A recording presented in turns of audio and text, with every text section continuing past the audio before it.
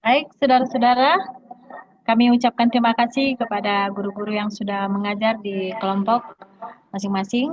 Dan pada saat ini kita akan lanjut lagi dengan acara berikutnya, yaitu kita akan mendengarkan satu lagu spesial yang akan dibawakan oleh Naomi dan Audrey Elake. Kami persilahkan.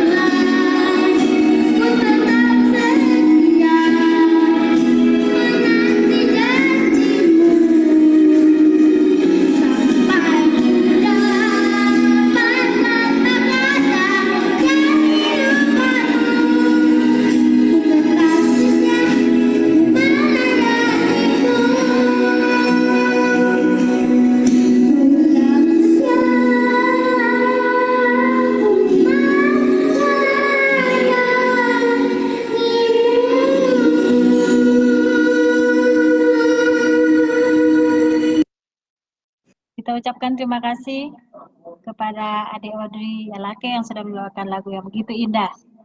Selanjutnya, kita akan satu kesaksian yang akan dibawakan oleh salah seorang anggota Maranatha yang sudah lama tidak datang ke Maranatha karena dia berkuliah di Manado dan sudah bekerja juga di Manado sekarang.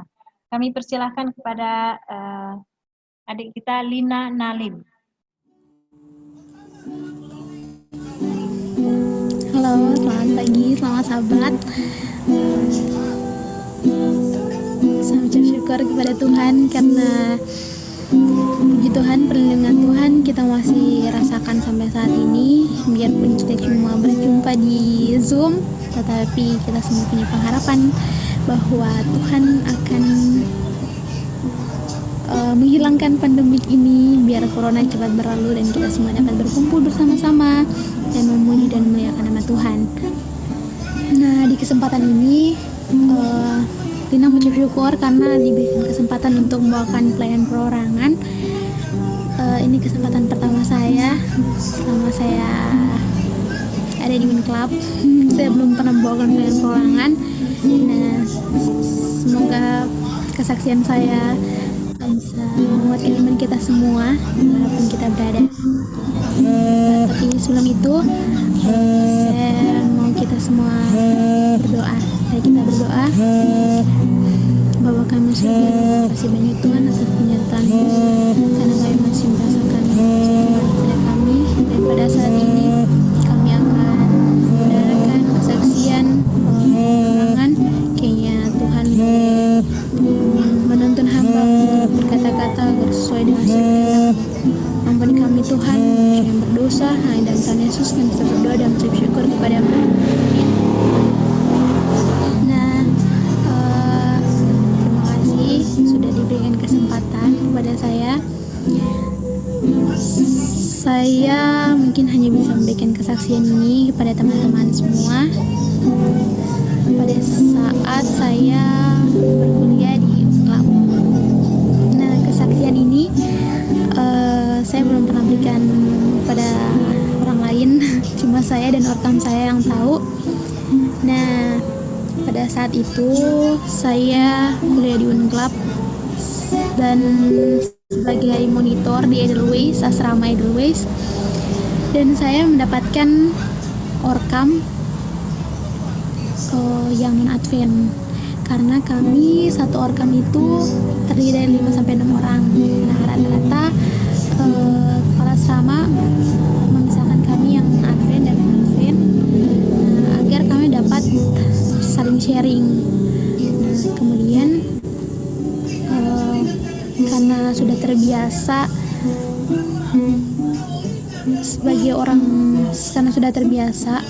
sebagai orang yang lebih dewasa, saya di kamar itu saya lebih tua dari mereka semua. Saya tidak mau memberikan contoh yang tidak baik bagi mereka. Toh karena saya juga monitor, jadi saya harus memberikan yang terbaik. Kemudian pada saat itu ceritanya seperti ini. Pada saat itu saya semester akhir ini, saya memiliki orkam. Dia orang Manado. Kemudian dia satu orkam sama saya. Dan pada saat itu saya sementara menghadapi ujian final.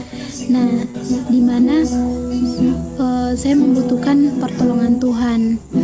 Nah, jadi memang itu kebiasaan saya juga. Setiap pagi saya bangun terus saya baca kitab.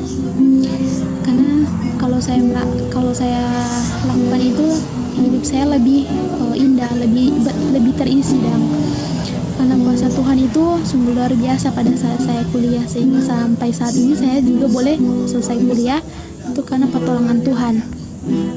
Nah, pada saat itu para filsafat di UNCLAP mencari orang untuk didoakan yang bukan Advent. Nah, kemudian saya coba tanya ini sama orkam saya ini. Terus saya tanya, mau nggak diajak berdoa sama filsafat?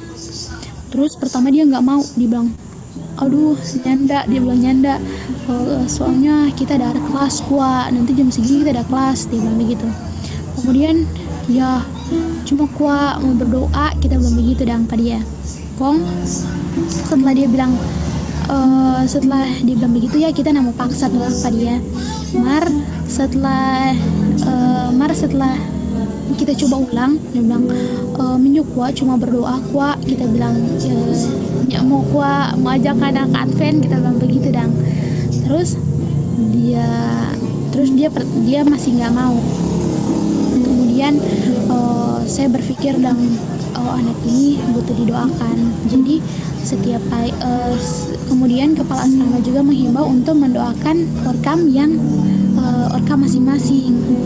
Nah, jadi puji Tuhan, saya sebagai orang tua di situ dan sebagai orang yang tertua, jadi saya berdoa dan untuk mereka yang di kamar itu, terutama untuk dia ini yang bukan anak Advent. Nah, setelah itu mungkin kita nggak tahu sih, cuman rasa Tuhan itu ada dan Tuhan itu menjawab doa. Setelah beberapa minggu kemudian kita tanya ulang, mau berdoa, pun dia bilang mau menjudang kak, dia bilang mari cuma berdoa nih, dia bilang begitu. Kong kita bilang iyo cuma berdoa aku. Setelah itu kita ajak dia dengan itu kakak filsafat berdoa di Play Garden. Nah di Unclub luar biasanya ada tempat berdoa namanya Play Garden. Nah di situ juga saya sering berdoa. Nah setelah itu setelah kami berdoa sudah selesai kami berdoa, saya bincang-bincang, seru toh kita bilang, rasa lega tuh kalau berdoa, kita bilang begitu dah. Kong setelah itu kita bilang belajar firman Tuhan kita bilang begitu. Terus dia juga mau belajar firman Tuhan karena dia juga kan Kristen toh, dia tahu firman Tuhan, tetapi kok dia jarang. Terus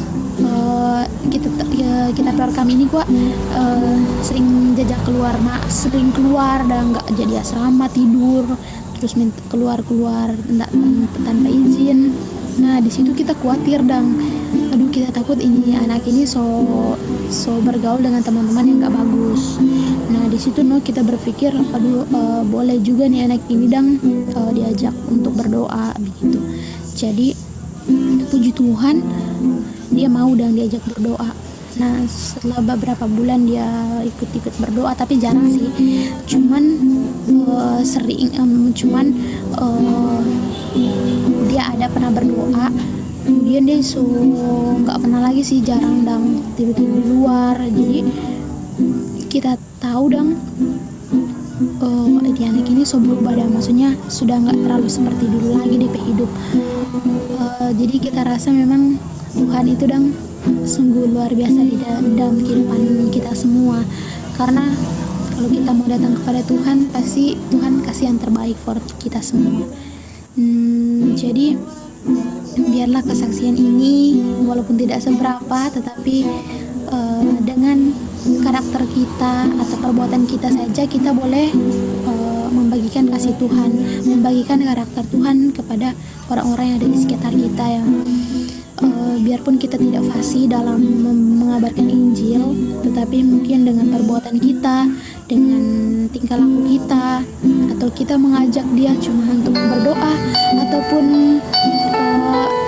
biar hanya berdoa, itu sungguh luar biasa kuasanya. Jadi saat ini saya akan memberikan satu ayat yang sungguh luar biasa dalam kehidupan saya. Ini mengingatkan saya pada saat juga saya berkuliah di Unclub, yaitu Matius 5 ayat 16. Demikianlah hendaknya terangmu bercahaya di depan orang, supaya mereka melihat perbuatanmu yang baik dan memuliakan Bapamu yang di surga. Jadi biarlah kita semua boleh memancarkan kasih Tuhan kepada setiap orang dengan perbuatan kita.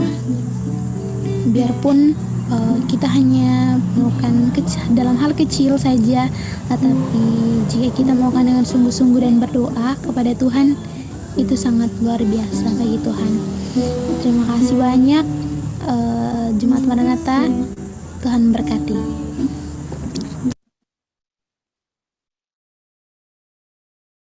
Baik, pada Adik Lina Nalim, kami ucapkan terima kasih untuk kesaksiannya.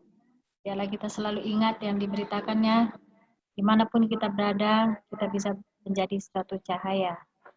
Dan saudara-saudara sekalian, masih ada satu lagi lagu spesial yang akan kita dengarkan pada hari ini, yang akan dibawakan oleh adik kita Abe Limanto.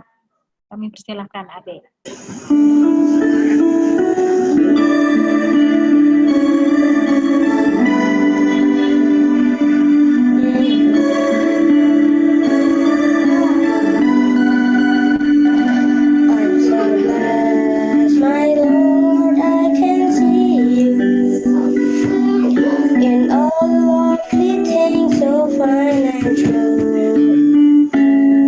I see you in the beauty of the flowers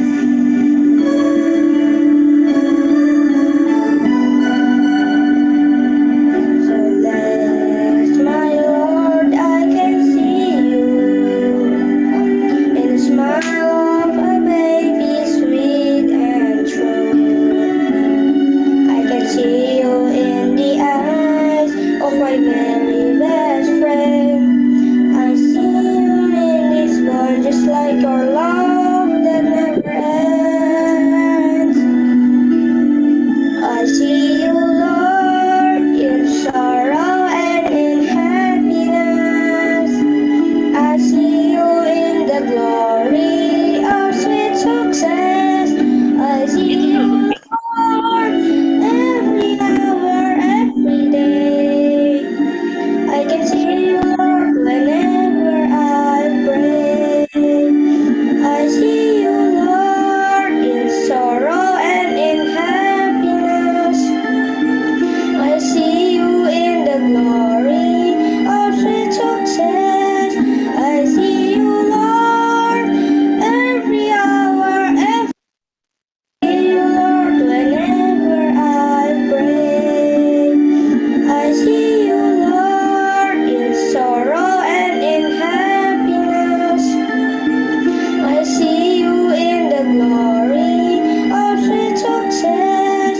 I see you, Lord, every hour, every day.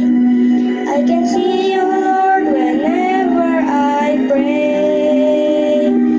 I pray. I can see you, Lord, whenever I pray. Terima kasih kepada adik AB. Nanti sahabat-sahabat depan nyanyi lagi ya. Dan saudara-saudara, kita akan lanjut lagi untuk kesaksian hari ini yang terakhir. Kita akan dengarkan dari Saudari Anesia Sonata Tagala. Kami persilakan. Selamat sahabat untuk kita semuanya. Kesaksian yang akan saya bawakan ini sebenarnya bukan terjadi baru-baru ini, tetapi sudah dari setahun yang lalu. Dan saya senang untuk menyaksikannya karena bagi saya ini adalah kesaksian yang paling semasa hidup saya, yang paling membuat saya istilahnya paling merasa dikuatkan gitu, paling merasa ini titik yang benar-benar membuat saya paling takut, tetapi titik yang juga paling membuat saya lebih lagi berserah pada Tuhan.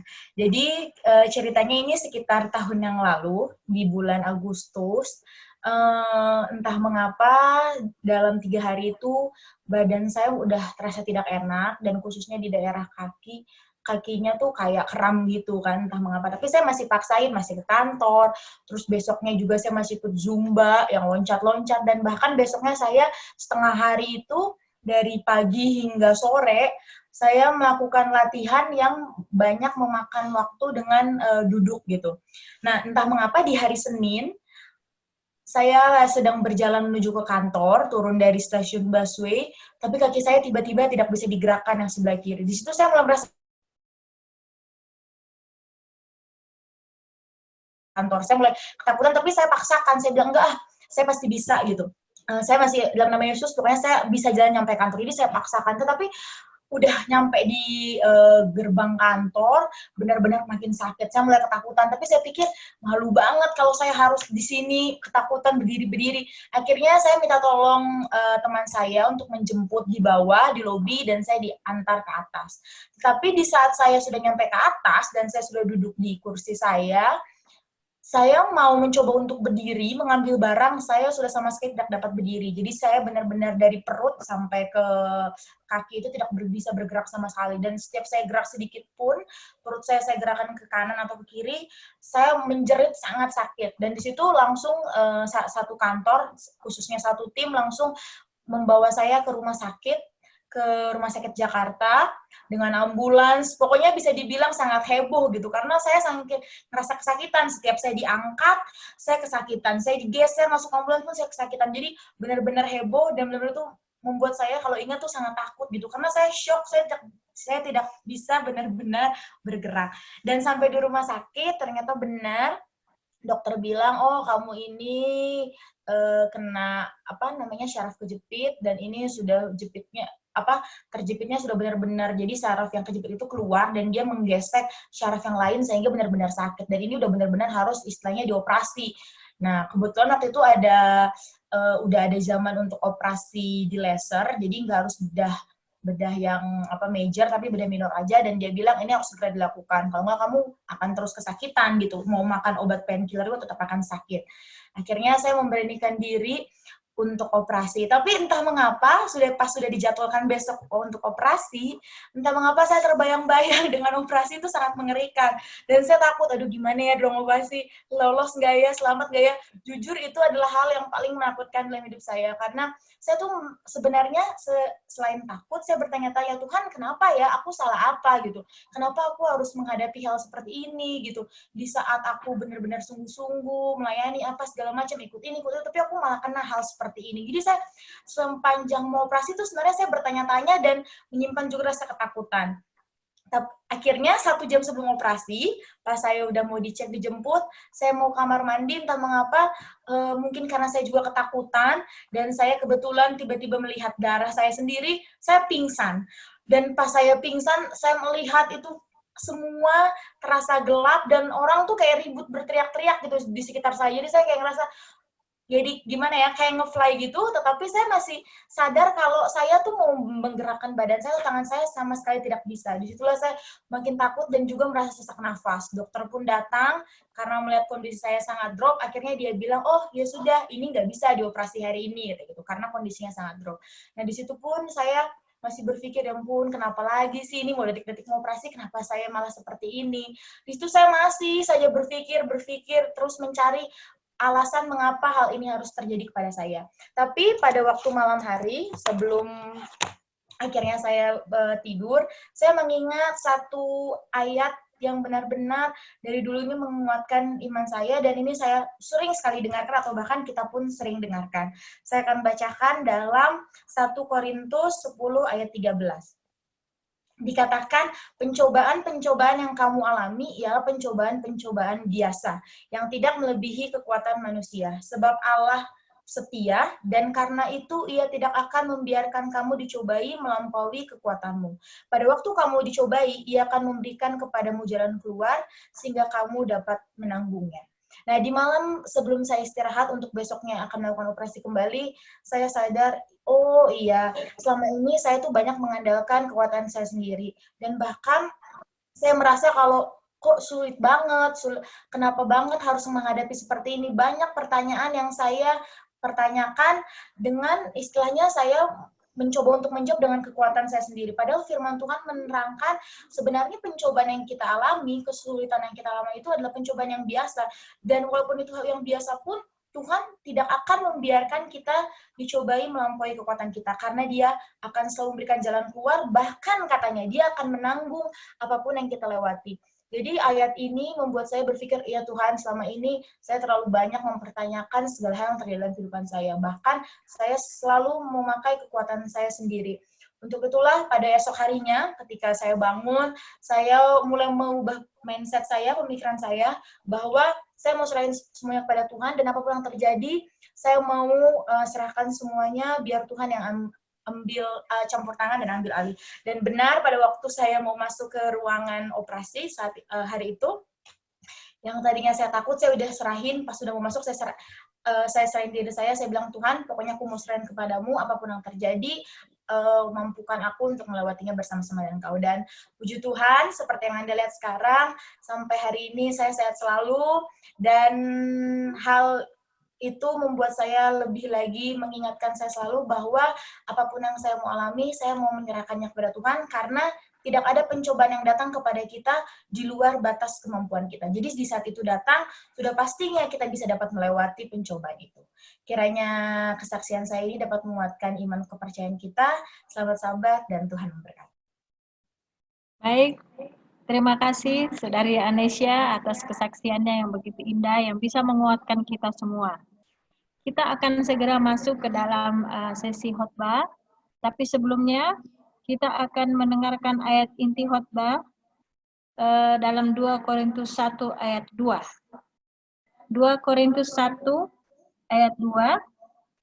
Kasih karunia dan damai sejahtera dari Allah Bapa kita dan dari Tuhan Yesus Kristus menyertai kamu. Baik saudara-saudara, kita akan menyanyi untuk menyambut khotbah. Kita menyanyi, Kusiapkan hatiku Tuhan. Mari kita berdoa sejenak untuk mengawali akan firman Tuhan. Mari kita berdoa. Bapa di surga, kami memohon tuntunan roh-Mu mengendalikan hati kami sementara kami mendengar suara firman-Mu. Dan kami juga memohon kuasa Tuhan mengendalikan setiap perangkat yang kami gunakan. Biarlah kendali yang datangnya dari surga boleh menjaga dengan baik, sehingga semua boleh berjalan di bawah pengendalian Tuhan. Kami dengan tenang mendengarkan suara firman. Kami rindu Tuhan, nama-Mu akan diagungkan dalam pekabaran firman ini, dan hati kami pun akan diubahkan. Biarlah kuasa-Mu menyertai kami dan menyertai hamba-Mu yang menjadi perpanjangan suara Tuhan. Di dalam nama Yesus kami berdoa. Amin. Baik, sahabat-sahabat, untuk kita semua, jemaat yang dikasihi oleh Tuhan, pada sahabat ini kita akan menggunakan waktu ini sejenak dalam merenungkan firman Tuhan, mendengarkan firman Tuhan untuk memberikan kekuatan dan semangat baru bagi kita dalam menjalani akan hari-hari yang ada di depan kita. Saudara-saudara, saya juga mengucapkan selamat sahabat kepada seluruh jemaat Maranatha maupun tamu-tamu yang sudah hadir, yang sudah bergabung bersama-sama dengan kita pada sahabat ini. Saya percaya pertemuan kita sahabat ini akan mendatangkan kekuatan rohani kita dan mendatangkan pengalaman baru bagi kita. Bahkan lebih daripada itu, akan mendatangkan dan mengalami satu sukacita dalam perjalanan kita, dalam setiap kehidupan kita maupun dalam setiap pelayanan kita. Saudara-saudara yang dikasihi oleh Tuhan, pada sahabat ini kita akan merenungkan firman Tuhan yang saya berikan judulnya Kehadiran Yesus. Seberapa sering saya merasakan, seberapa sering saudara merasakan kehadiran Yesus dalam kehidupan kita? Tadi dalam ayat inti kita sudah dibacakan dalam 2 Korintus 1 ayat yang kedua. Saya ingin baca sekali lagi. Kasih, karunia, dan damai sejahtera dari Allah, Bapa kita, dan dari Tuhan Yesus Kristus menyertai kamu. Salah satu yang menjadi kerinduan Tuhan bagi kita adalah bagaimana supaya kasih karunia dan damai sejahtera yang dari Allah itu dapat menjadi bahagian kita. Dapat menjadi pengalaman kita sebagai umat Tuhan. Yesus rindu supaya damai sejahtera itu senantiasa menyertai kita. Tapi yang menjadi pertanyaannya sekarang adalah bagaimana supaya damai sejahtera itu, kasih karunia itu dapat menyertai kita. Atau bagaimana supaya kehadiran Yesus itu dapat kita rasakan dalam kehidupan kita. Bagaimana supaya kehadiran Yesus itu betul-betul memberikan makna dalam kehidupan kita. Atau pertanyaannya yang ingin kita renungkan secara khusus adalah apa yang menjadi makna penting yang dapat kita rasakan, yang dapat kita lihat bahwa Yesus hadir bersama dengan kita. Apa makna yang dapat kita rasakan bahwa Yesus sedang hadir bersama dengan kita? Saya mengingat pada waktu kami sedang melayani di Kalimantan, dalam satu perjalanan, saya bertemu dalam perjalanan dari Samarinda menuju Hulu Mahakam, namanya adalah Ongkoasa tempat kami dulu. Kami akan mengadakan perjalanan naik kapal kayu bertingkat. Kalau berangkat jam 8 pagi, maka akan tiba nanti paling cepat jam 5 subuh, atau sekitar jam 5 ke jam 7 subuh pagi kembali. Dalam perjalanan itu, berketepatan, kami bersama-sama dengan pimpinan kecamatan yang ada di Barong Tongko. Saudaraku, karena memang kami sudah mulai saling mengenal sebelumnya, saya dapat merasakan perbedaan kehadirannya di dalam kapal itu. Saya dapat menikmati kehadirannya dalam kapal itu dibanding dengan dia tidak bersama dengan kami. Ada sesuatu yang berbeda. Dan itulah yang menjadi pertanyaan bagi saudara dan saya, apa yang berbeda yang dapat kita rasakan makna kehadiran Yesus dalam diri kita. Saudaraku yang dikasihi oleh Tuhan, kita ingin melihat seberapa jauh kehadiran Yesus itu memberikan makna dalam diri kita. Yang pertama, dampak kehadiran Yesus dalam diri kita, maka itu akan menuntun hidup kita. Kehadiran Yesus akan menuntun kehidupan kita. Saudara masih ingat bagaimana Tuhan menuntun perjalanan bangsa Israel dari Mesir menuju tanah Kanaan. Tuhan berjalan di depan mereka dengan tiang awan dan tiang api untuk menuntun mereka. Sehingga mereka dapat berjalan, apakah itu siang hari, apakah itu malam hari. Itu dicatat dalam Keluaran 13 ayat 21. Bagaimana kuasa Tuhan yang menuntun mereka. Mereka dapat saksikan lewat kehadiran tiang awan dan tiang api. Sehingga firman Tuhan katakan, walaupun pada siang hari, walaupun pada malam hari, mereka dapat berjalan dengan tenang oleh karena Tuhan, oleh karena Yesus yang menuntun mereka. Kita mengingat juga kisah mengenai bukti kehadiran Yesus yang menuntun mereka. Bagaimana Lot waktu keluar dari Sodom dan Gomora, maka lewat wujud malaikat yang menuntun mereka, Tuhan hendak mengasihani Lot dan keluarganya, lalu katanya kedua orang yang diutus itu menuntunnya keluar kota dan melepaskan dia dari Sodom dan Gomora. Mereka dapat merasakan tuntunan Tuhan. Saudaraku yang dikasihi oleh Tuhan, apa yang dapat saat ini sementara kita menghadapi pandemi COVID-19? Dapatkah kita merasakan tuntunan Tuhan? Dapatkah kita merasakan pegangan Tuhan? Seperti bangsa Israel yang dituntun pada siang hari, yang dituntun pada malam hari. Seperti Lot yang dibawa keluar dari Sodom dan Gomora. Kalau Raja Daud katakan, dia dapat merasakan tuntunan Tuhan. Raja Daud berkata, ia menuntun aku di jalan yang benar oleh karena namanya. Saudara-saudaraku yang kekasih dalam Kristus, bukti kehadiran Yesus dalam kehidupan kita, maka yang pertama adalah kita akan merasakan tuntunannya. Dia akan menuntun hidup kita seperti Tuhan menuntun bangsa Israel dari Mesir ke tanah Kanaan. Seperti Tuhan segera menuntun membawa Lot supaya tidak binasa di Sodom dan Gomora itu. Bahkan Raja Daud katakan, Tuhan menuntun aku di jalan yang benar. Mampukah, dapatkah kita rasakan kehadiran Yesus yang menuntun kita terlebih di suasana seperti ini?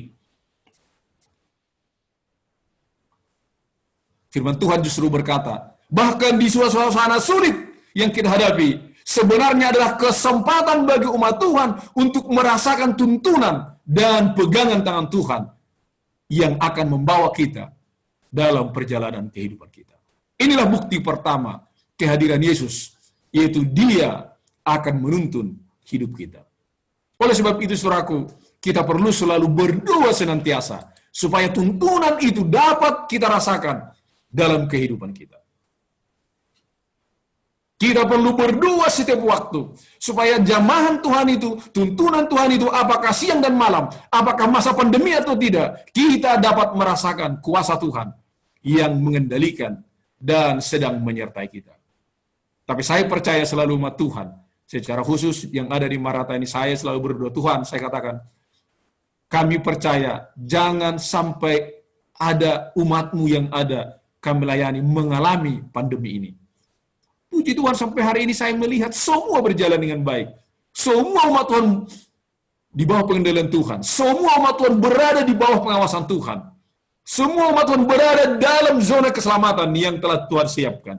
Dan itulah yang menjadi harapan kita senantiasa. Mari kita berdoa untuk itu, supaya tuntunan Tuhan tetap menjadi bahagian kita. Yang kedua adalah, makna kehadiran Yesus dalam diri kita, maka Dia akan mencukupkan kehidupan kita. Yesus akan mencukupkan. Di saat Dia hadir benar-benar dalam hidup kita, Dia akan mencukupkan kehidupan kita. Saudaraku, bagaimana orang Israel makan manna 40 tahun lamanya, sampai mereka tiba di tanah yang didiami orang yang ada di tanah Kanaan. Mereka makan manna yang disediakan Allah, memberikan kecukupan bagi mereka, sampai mereka tiba di tanah perjanjian itu. Kehadiran Yesus akan menjamin, mencukupkan keperluan umatnya. Kehadiran Yesus akan memberikan kecukupan bagi kehidupan umat-umatnya yang mengundang Dia hadir dalam kehidupannya. Bagaimana kehadiran Yesus pada waktu hamba Allah Nabi Elia dicukupkan Tuhan kehidupannya pada waktu terjadi masa kelaparan, pada waktu terjadi ancaman bahaya bagi dia, dan Tuhan katakan kepadanya, engkau dapat minum dari sungai itu, dan burung-burung gagak telah kuperintahkan memberi makan engkau di sana. Saudara lihat, kehadiran Yesus memberikan jaminan, bahkan di saat Dia tidak mampu memberikan makanan bagi dirinya, Tuhan katakan, aku akan mencukupkan makananmu. Burung gagak telah kuperintahkan memberi engkau makan di sana. Dan engkau boleh minum dari sungai itu. Oh, saudaraku yang dikasihi oleh Tuhan, kehadiran Yesus akan mencukupkan kehidupan umat-umat Tuhan. Sehingga kita tidak perlu khawatir. Sehingga kita tidak perlu takut. Sehingga tidak ada yang perlu kita khawatirkan dalam hidup ini. Yang kita khawatirkan sesungguhnya adalah apakah Yesus hadir bersama dengan kita. Kita tidak perlu takut bagaimana ini pandemi ini. Takutlah saudaraku bila mana Yesus tidak hadir dalam kehidupan kita. Karena di saat Dia hadir, saudara dapat meyakini Dia hadir, Ia akan mencukupkan kehidupan umatnya. Saudaraku yang kekasih dalam Yesus Kristus, makna kehadiran Yesus yang ketiga yang ingin saya mau tekankan pada sahabat ini adalah kehadiran Yesus akan memastikan kemenangan umat Tuhan. Kehadiran Yesus memastikan kemenangan bagi umat Tuhan, memenangkan setiap kehidupannya. Memenangkan dan mengalahkan dosa dan dunia ini. Kehadiran Yesus memastikan kemenangan umatnya untuk mampu mengalahkan dosa, meninggalkan kekurangan, dan meninggalkan segala keinginan dunia ini. Dan bukan hanya itu, kehadiran Yesus memastikan kemenangan bagi umatnya, mengalahkan ketakutan, mengalahkan kekhawatiran. Oh, banyak sekarang orang khawatir dan takut. Banyak orang sekarang ini merasa ketakutan. Sekalipun dia sudah membuat segala protokol penjagaan kesehatan dalam dirinya. Tetapi umat Tuhan yang mengundang Yesus hadir dalam dirinya akan memberikan dampak kepastian kemenangan bagi umatnya. Sehingga dia tidak perlu takut.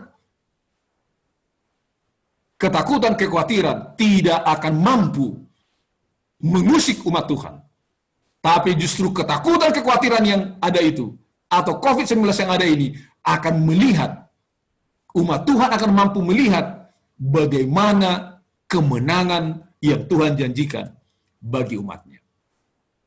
Itulah sebabnya, saudaraku, Rasul Paulus memberikan satu nasihat melalui ilham Tuhan. Dia menuliskan dalam 1 Korintus 15 ayat yang ke-57. Tetapi syukur kepada Allah yang telah memberikan kepada kita kemenangan oleh Yesus Kristus Tuhan kita. Saudara lihat, kita bersyukur kepada Tuhan oleh karena sudah diberikan janji kemenangan melalui Yesus Kristus. Kemenangan Yesus mengalahkan maut itu, kebangkitannya dari kematian, memberikan kemenangan bagi umat Tuhan. Dia mampu mengalahkan segala kuasa kegelapan, kuasa dosa, kuasa dunia ini, ketakutan, kekhawatiran apapun yang sedang melanda dunia ini.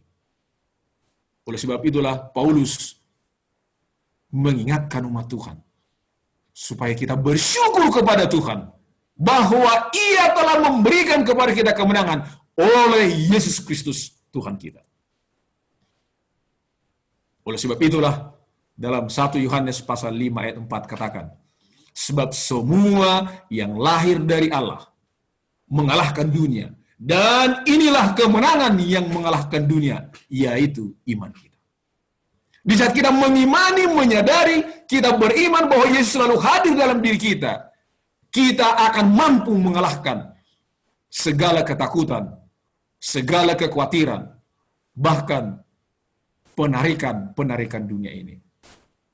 Menjadi pertanyaan sekarang bagi kita adalah, sanggupkah kita meyakini kehadiran Yesus dalam diri kita, sehingga itu akan memastikan kemenangan umatnya dalam suasana apapun yang sedang terjadi dalam hidup kita.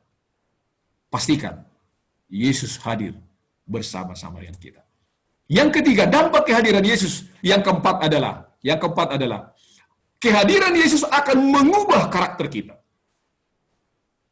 Kehadiran Yesus akan mengubah karakter kita. Saudara masih mengingat cerita tentang Zakheus? Dalam Lukas 19 ayat yang ke-8. Pada waktu Yesus sedang lewat, lalu Zakheus rindu untuk bertemu dengan Yesus. Zakheus ingin melihat siapakah Yesus itu. Pada waktu Yesus lewat dalam perjalanan, dia menengadah ke atas pohon, di mana di sana Zakheus sudah memanjat di atas pohon oleh karena badannya pendek. Yesus katakan dalam Lukas 19 ayat 8, tetapi Zakheus berdiri dan berkata kepada Tuhan. Pada waktu Yesus berkata kepadanya, Zakheus, turunlah, aku akan menumpang di rumahmu. Aku akan hadir di rumahmu. Apa yang terjadi? Apa yang terjadi, saudaraku? Yang terjadi adalah Zakheus berkata, Tuhan, setengah dari milikku akan kuberikan kepada orang miskin. Dan sekiranya ada sesuatu yang kuperas dari seseorang, akan kukembalikan 4 kali lipat. Saudara lihat apa yang terjadi? Di saat Yesus hadir dalam kehidupan Zakheus, maka terjadilah perubahan karakter dalam dirinya. Yang selama ini dia suka memeras orang lain, yang selama ini dia suka mengambil barang orang lain, lalu dia katakan, Zakheus lalu berdiri dan berkata kepada Tuhan, Tuhan, setengah dari milikku akan kuberikan kepada orang miskin, dan sekiranya ada sesuatu yang kuperas dari seseorang, akan kukembalikan 4 kali lipat. Kehadiran Yesus mengubah karakter daripada Zakheus. Saudaraku yang dikasihi oleh Tuhan, kehadiran Yesus dalam diri kita akan mengubah karakter kita yang tidak baik menjadi baik. Kehadiran Yesus dalam diri kita akan mengubah karakter kita yang tadinya kita ada rasa takut menjadi tidak takut. Kehadiran Yesus dalam diri kita yang tadinya kita begitu was-was, akhirnya kita tidak ada lagi rasa was-was, tapi kita tetap berdiri berjalan dalam keyakinan, oleh karena kita yakin Tuhan hadir bersama-sama dengan kita. Itulah sebabnya, saudaraku, kehadiran Yesus akan mengubah segala-galanya. Saudara ingat cerita kata-kata Yesus? Yesus katakan, maukah engkau sembuh? Kepada siapa Yesus katakan ini? Saudara masih ingat? Kata-kata ini disampaikan Yesus kepada seorang yang berpenyakit lumpuh yang ada di kolam Bethesda. Lalu Yesus datang ke sana dan Yesus katakan, maukah engkau sembuh? Saudaraku, jika Yesus bertanya sekarang kepada kita, maukah engkau diubahkan? Seperti dia berkata kepada orang lumpuh itu, maukah engkau sembuh? Dan bila mana hari ini dia berkata, maukah engkau diubahkan? Oleh karena engkau telah mengundang saya hadir dalam dirimu. Lalu Yesus bertanya, maukah engkau diubahkan? Kira-kira, saudaraku, apa jawaban yang muncul dan tulus dari lubuk hati kita saat ini? Kira-kira apa jawaban yang akan muncul dan tulus dari lubuk hati kita saat ini? Mungkin saudara boleh menjawab dalam hati kita masing-masing. Satu pertanyaan yang bersifat retoris yang tidak perlu saudara jawab secara langsung, tapi kita jawab dalam hati kita. Di saat Yesus katakan kepada kita, maukah engkau saya ubahkan? Maka apa yang akan muncul dalam hati kita secara tulus, yang muncul secara tulus dari lubuk hati kita yang dalam? Saudaraku yang dikasihi oleh Tuhan, yang jelas, kehadiran Yesus akan mampu mengubah karakter umatnya.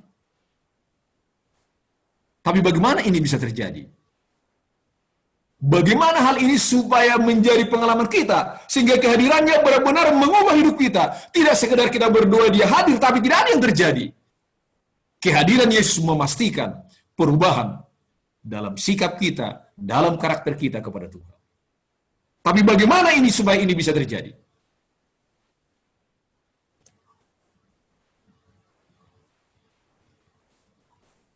Yesus katakan, supaya hati kita betul-betul karakter kita diubahkan. Yesus berkata dalam Markus 12 ayat yang ke-30.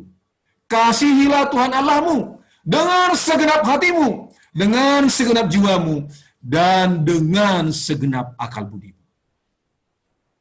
Hanya bila benar-benar kita meletakkan kasih kita kepada Tuhan, hati kita kepada Tuhan, jiwa kita kepada Tuhan, segenap pemikiran kita kepada Tuhan, maka itulah yang akan mengubah hidup karakter kita, mengubah hidup kita.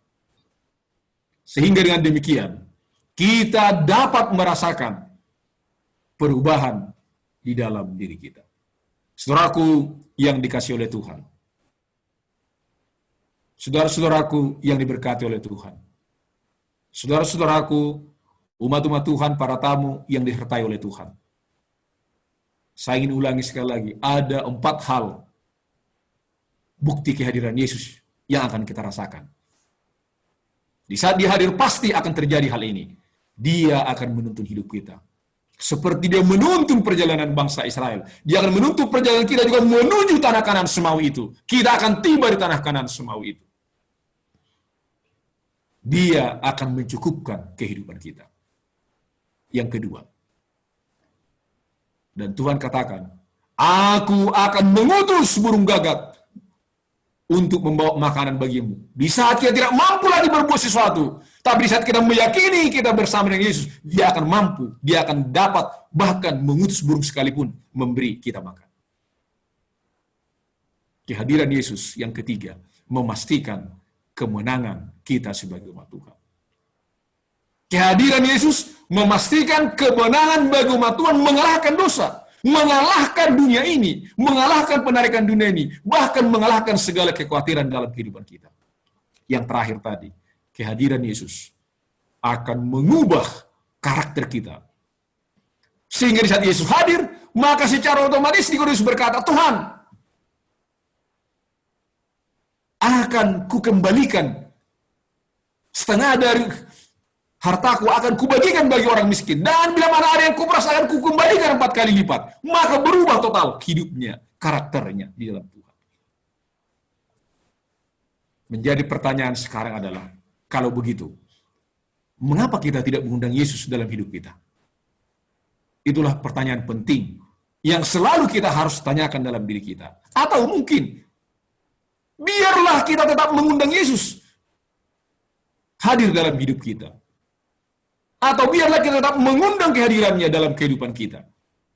Kehadiran di mana? Kita undang kehadirannya tetap dalam kehidupan kita, dalam keluarga kita, dalam pekerjaan kita. Maka di saat kita mengundang Yesus dalam kehidupan kita, maka dengan demikian,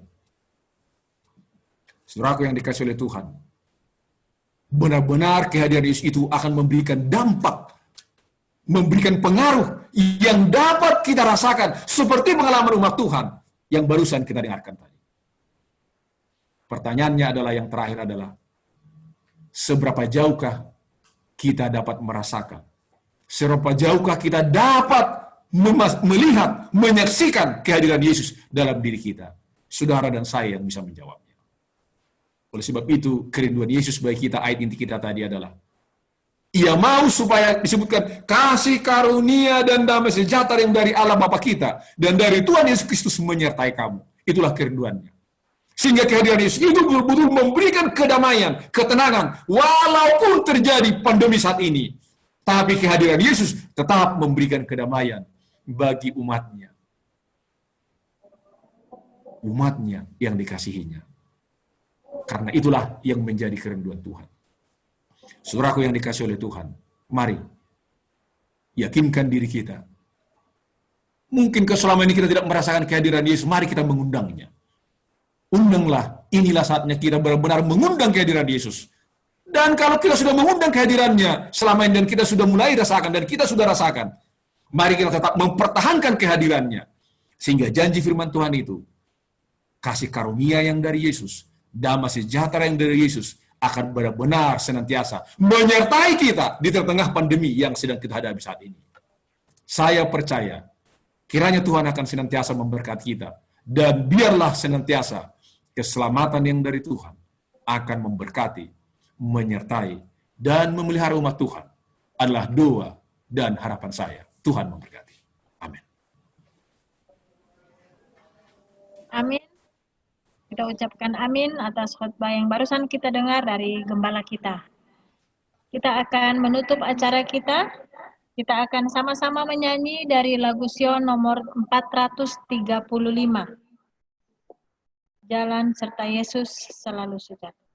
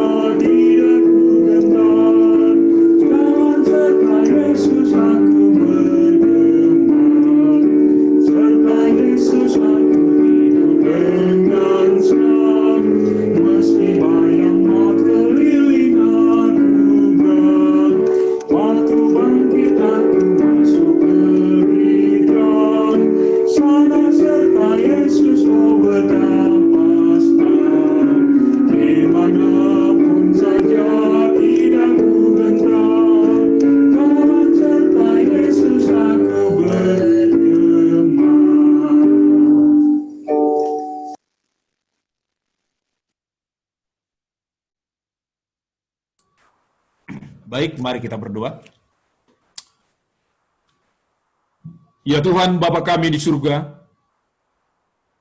kami bersyukur kepadamu Tuhan, oleh karena Tuhan telah memberikan jaminan bagi kami sebagai umat Tuhan.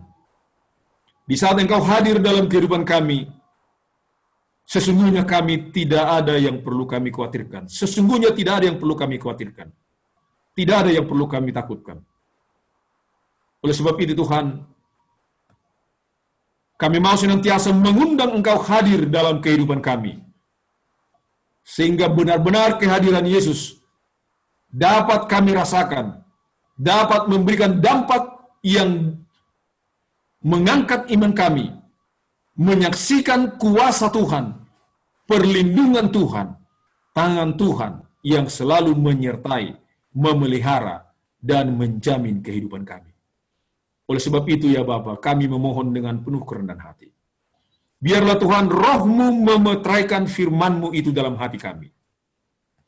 Supaya firman-Mu itu berdaulat, memperlengkapi kami dalam 6 hari ke depan. Kami akan berjalan dengan Tuhan lebih baik melebihi minggu yang lalu yang sudah kami lalui. Kami ingin lebih menikmati persekutuan dengan Tuhan. Kami juga ingin menikmati rencana besar yang telah Tuhan siapkan bagi masing-masing kami, bagi keluarga kami dalam 6 hari ke depan. Oleh sebab itu Tuhan, kami memohon kepadamu. Kami memohon pertolongan-Mu. Kami memohon tuntunan-Mu. Biarlah tuntun hati dan pikiran kami untuk memahami, mengerti, dan melihat secara jelas rencana Tuhan yang Tuhan sudah siapkan bagi kami dari waktu ke waktu dalam 6 hari ke depan. Sementara kami akan kembali menunggu persekutuan secara khusus di hari Sabat-Mu yang ada di depan kami. Tuhan Bapa di surga, bila mana ada di antara umat-Mu yang hadir saat ini, apakah jemaat Tuhan maupun para tamu kami yang mengalami rasa khawatir dalam hidupnya, ketakutan dalam hidupnya, Tuhan ingatkan mereka bahwa Yesus hadir bersama dengan mereka. Bahwa tangan Tuhan sedang menopang mereka, menuntun mereka, dan tangan-Mu sedang memberkati kami, mengendalikan kami umat-umat-Mu. Hamba-Mu juga ingin berdoa ya Tuhan.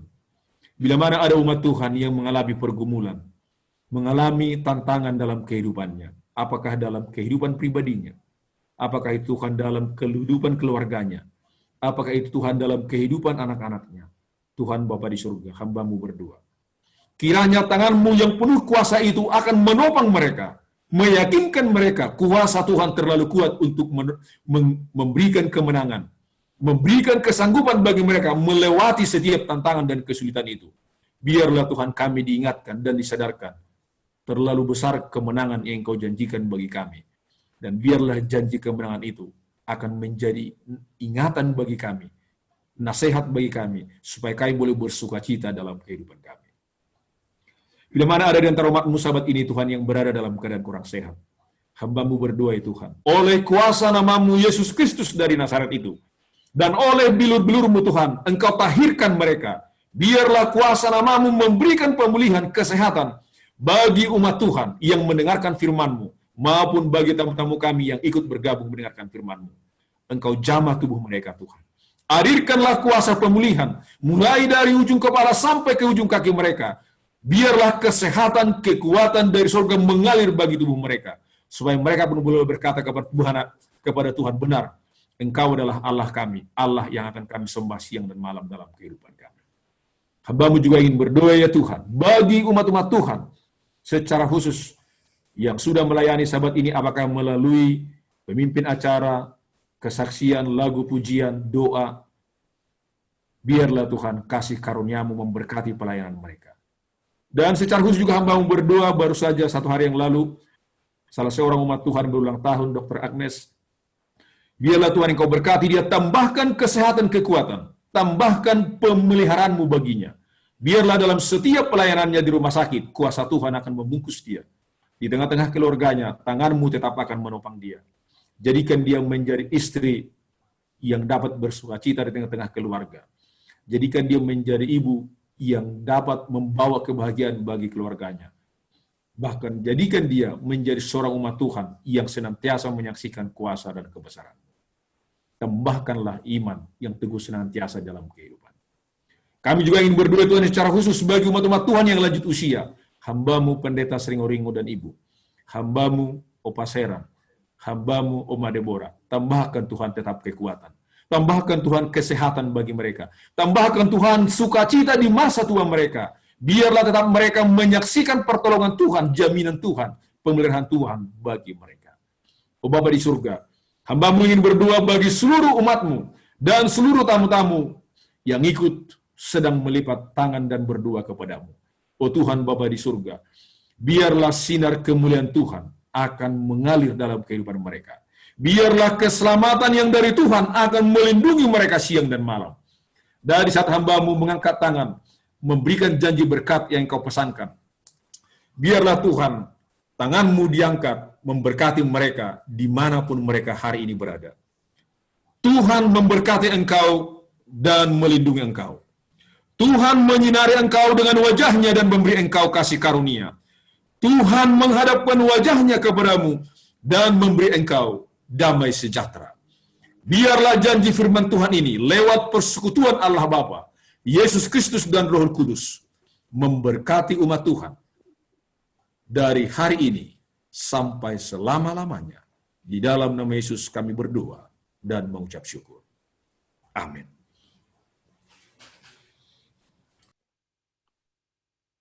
Baik, saudara-saudara, kebaktian kita sudah selesai. Tadi belum sempat mengucapkan selamat datang kepada tamu-tamu. Kami lihat di sini ada Saudari Sisi yang sudah pernah bergabung. Kemudian ada Saudari Rima juga bergabung, Ibu Clarce dan keluarga. Kami undang untuk ikut bergabung lagi dengan kami hari Rabu maupun hari Sabat depan. Baik, acara kita sudah selesai dan selamat makan siang. Sampai bertemu lagi hari Rabu nanti.